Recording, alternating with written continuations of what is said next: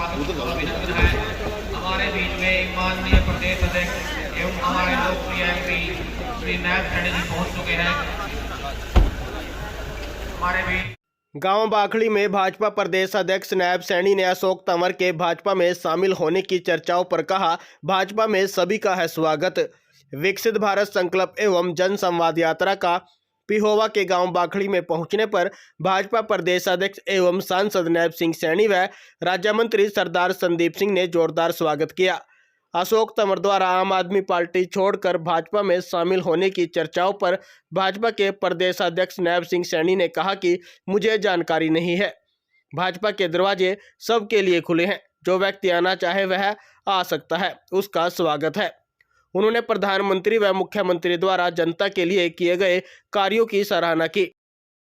विकसित भारत संकल्प यात्रा देश के गांव-गांव में मोदी की गारंटी की वैन ये घूम रही है।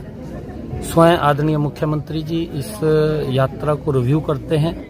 आदरणीय प्रधानमंत्री जी लगातार इस यात्रा के बीच में लोगों से संवाद करते हैं। आज भी आदरणीय प्रधानमंत्री जी ने सीधा डायरेक्ट देश के विभिन्न स्थानों के ऊपर संवाद किया है।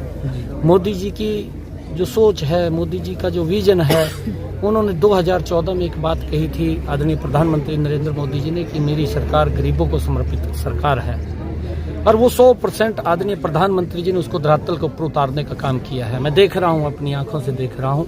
नहीं, मैं ये भी देखता था कि सरकार नारा देती थी गरीबी हटाएंगे, वोट ले लेती थी, गरीब व्यक्ति वोट दे देता था और वोट दे करके सरकार को ढूंढता था, सरकार दिखाई नहीं देती थी और गरीब व्यक्ति मायूस हो जाता था, उसके अंदर हीन भावना पैदा हो जाती थी।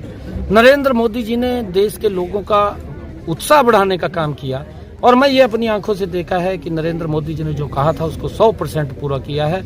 आज नरेंद्र मोदी जी की ये मोदी की गारंटी की वैन गांव-गांव के अंदर जा करके गरीब व्यक्ति को ढूंढ करके, कोई व्यक्ति सरकार की योजना से ना छूटे, उसको सरकार की योजना के साथ जोड़ने का काम ये पहली बार नरेंद्र मोदी की सरकार कर रही है। आज गरीब के चेहरे के ऊपर जो उत्साह है, जो मुस्कान है, वो नरेंद्र मोदी जी की नीतियों के कारण है।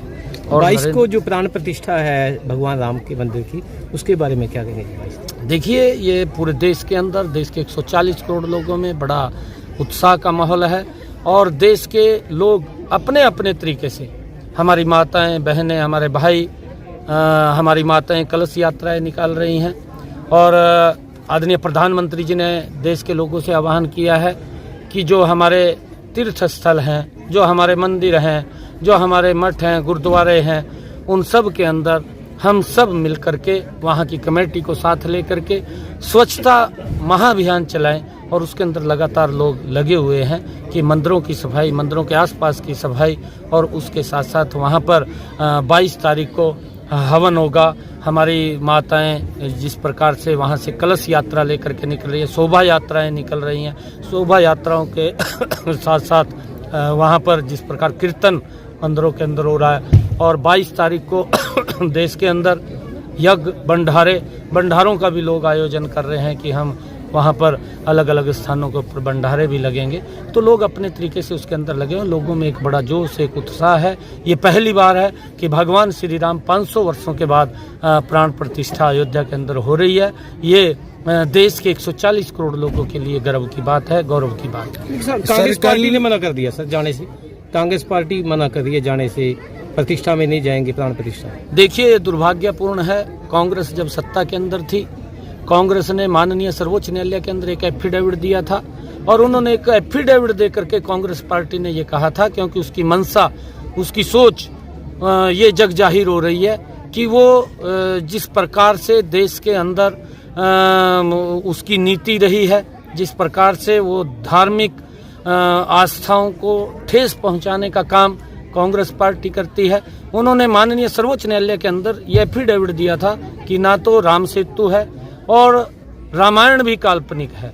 ये कांग्रेस ने एक एफिडेविट देकर के सुप्रीम कोर्ट के अंदर कहा था और मैं ये बात कहना चाहूँगा, और अब भी जब ये माननीय सर्वोच्च न्यायालय ने इसका फैसला सुनाया, कांग्रेस के बड़े नेता जो 56 एडवोकेट्स लेकर के चीफ जस्टिस ऑफ इंडिया के सामने पेश हुए और उन्होंने कहा कि ये फैसला मत दे देना।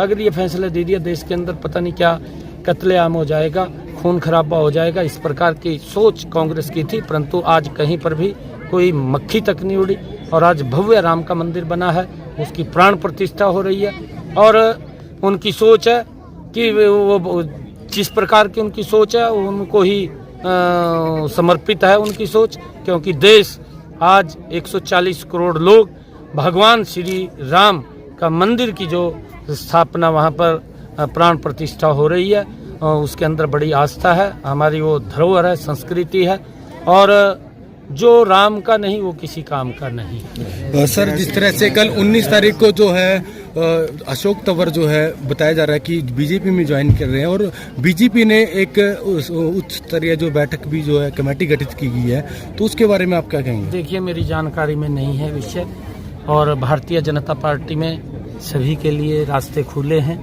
कोई व्यक्ति इसमें आ सकता है, ज्वाइन कर सकता है, और पार्टी के अंदर सभी के दरवाजे खुले होते हैं। सर, 2024 को चुनाव को लेकर क्या कुछ तैयारियां चल रही है? देखिए, भारतीय जनता पार्टी पूर्ण रूप से तैयारी है। कांग्रेस के अंदर एक बड़ा द्वेष है, कांग्रेस के अंदर दो धाराएं हैं, और कांग्रेस की वो दोनों धाराएं एक मंच पर नहीं बैठ सकती। उसके अंदर हुड्डा ग्रुप अलग है, उसके अंदर सुरजेवाला ग्रुप अलग है।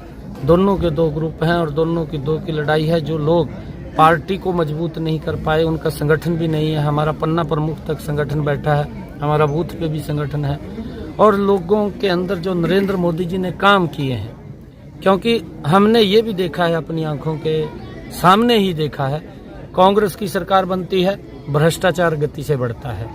नरेंद्र मोदी और मनोहर लाल जी की सरकार आती है, विकास की गति तेज गति से बढ़ती है। ये अंतर कांग्रेस की सरकारों में और भारतीय जनता पार्टी की सरकारों के अंदर है, क्योंकि ये लोग आने वाले समय के अंदर जब ये अपने कुनबे को ठीक नहीं कर पा रहे, तो ये देश प्रदेश को क्या ठीक रखेंगे। सुपड़ा साफ होने वाला है कांग्रेस शीर्ष नेतृत्व से जो है प्राण प्रतिष्ठा का किनारा करते हुए दिखाई दे रही है, लेकिन उसके बावजूद जो है दीपेंद्र हुड्डा अयोध्या पहुंचे थे, उनके बारे में क्या कहेंगे? नहीं, देखिए, भगवान श्री राम की जो लोग आस्था रखते हैं, जो उसके अंदर उनका भावना है, कोई भी जाए उसके अंदर क्या कहना, अच्छा है। उसको सद्बुद्धि तो दी है भगवान श्री राम ने, वो गए हैं वहाँ पर, अच्छा है, जाना चाहिए वहाँ पे। बाखली गांव के अंदर 33 kV का उद्घाटन किया गया। ये तकरीबन जगह तो पंचायत ने 3 एकड़ दी है, लेकिन उसमें 1 एकड़ के अंदर वो बनेगा, और तकरीबन 4.5 करोड़ का ये प्रोजेक्ट है। और ऑन पेपर तो वैसे वो कह रहे हैं कि 8-9 महीने में बना देंगे। हम रिक्वेस्ट कर रहे हैं कि जल्दी से जल्दी इसको कंप्लीट करें, जिससे कि गांव को ज़्यादा। जिस प्रकार से गांव में विकास कार्य हो, तो उसको लेकर क्या कहेंगे जी?